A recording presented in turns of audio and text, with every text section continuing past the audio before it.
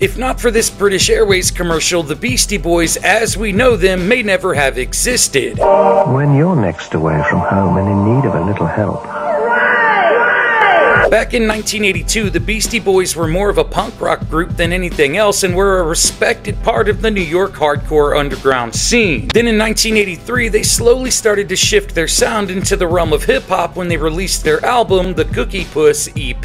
Now, nothing substantial really came from the release of this album until one fateful afternoon when the Beastie Boys were all gathered together watching TV when they heard something that stopped them dead in their tracks. On the TV was a commercial for British Airways, which in itself isn't a very big deal. However, what was a big deal was the song that just so happened to be playing in the background of this British Airways commercial. You see, a few months prior, an ad executive named Jeremy Healy had come across the Beastie Boys song Beastie Revolution and decided it would be a great idea to use in the background for a British Airways commercial. I did another commercial for British Airways, which was a worldwide commercial, and it was a big money thing.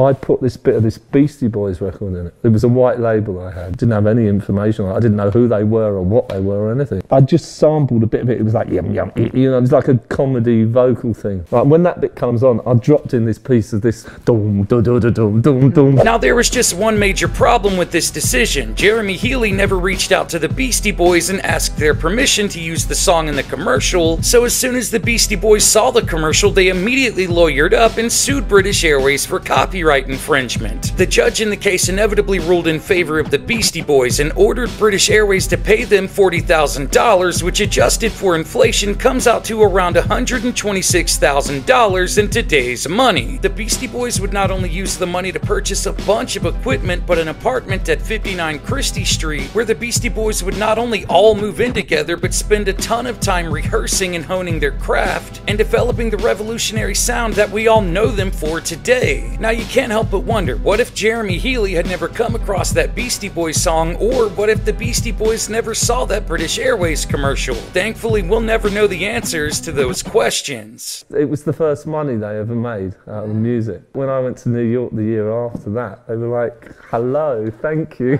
you know. So we became friends, and I just liked it. I just really loved it. It was my favourite record, and sort of I helped them start their career, although I thought they were brilliant.